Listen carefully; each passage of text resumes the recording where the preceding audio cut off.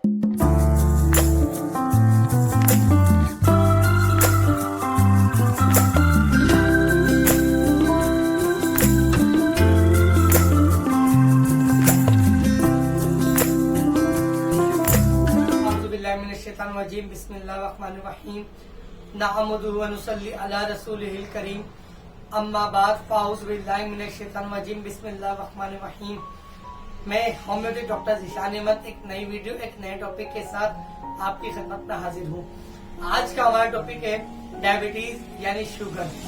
Sugar क्या है, sugar की वजूहात क्या है, शुगर की अलामत और ग़िज़ाई एतबार से शुगर कंट्रोल करने से मुतालिक आपको आगाह करेंगे। तो चलते हैं अपने टॉपिक की तरफ। शुगर एक आम सी बीमारी है। एक मोहतात अंदाजे के मुताबिक इस वक्त पाकिस्तान में हर छठे से सातवां शख्स शुगर की बीमारी में मुब्तला है।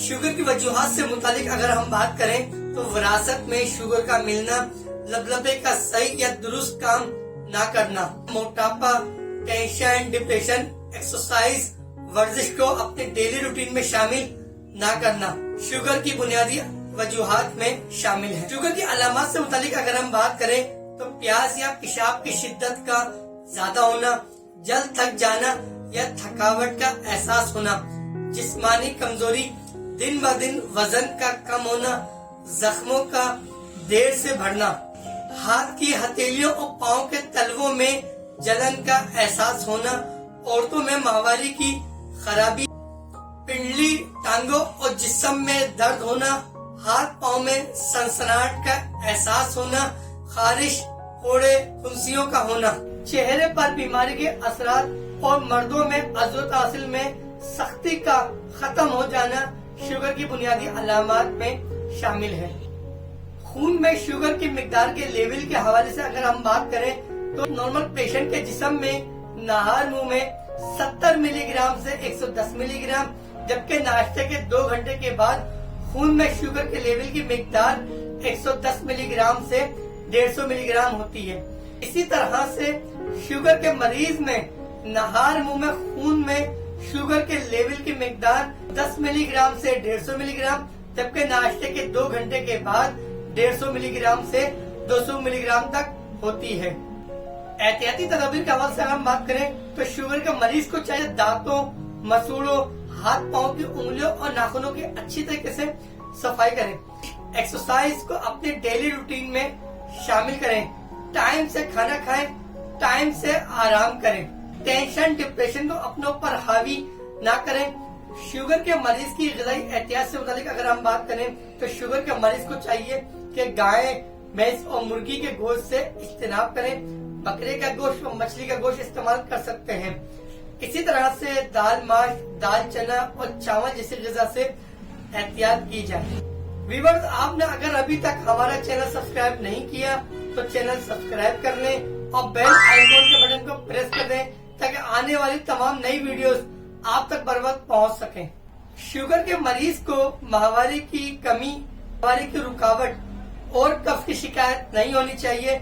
कफ की शिकायत की सूरत में इस्पगोल की भूसी या फाइबर वाली ग़िज़ाओं का इस्तेमाल किया जाए। शुगर को कंट्रोल करने के हवाले से अगर हम घरेलू नुस्खों की बात करें तो घरेलू नुस्खों में जामन की गुठली, करेला, आंवला, दालचीनी और नीम के पत्ते वगैरह इस्तेमाल किए जा सकते हैं। और होम्योपैथिक अद्वियात से मुतालिक अगर हम बात करें तो साइजाइजियम मदर टिंचर और एसिड फास्ट मदर टिंचर का इस्तेमाल किया जा सकता है।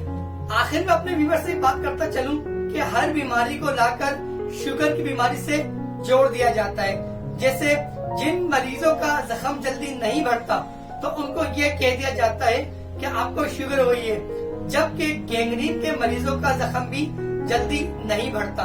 बार बार पेशाब का आना, इस बीमारी को भी शुगर की बीमारी से जोड़ दिया जाता है। जबकि मसाने की कमजोरी की मरीजों में भी बार बार पेशाब का आना एक आम सी बात है। पेशाब में जलन को भी शुगर की बीमारी से जोड़ दिया जाता है, जबकि गुर्दे की बीमारी में मुब्तला अफराद में पेशाब में जलन हो जाती है।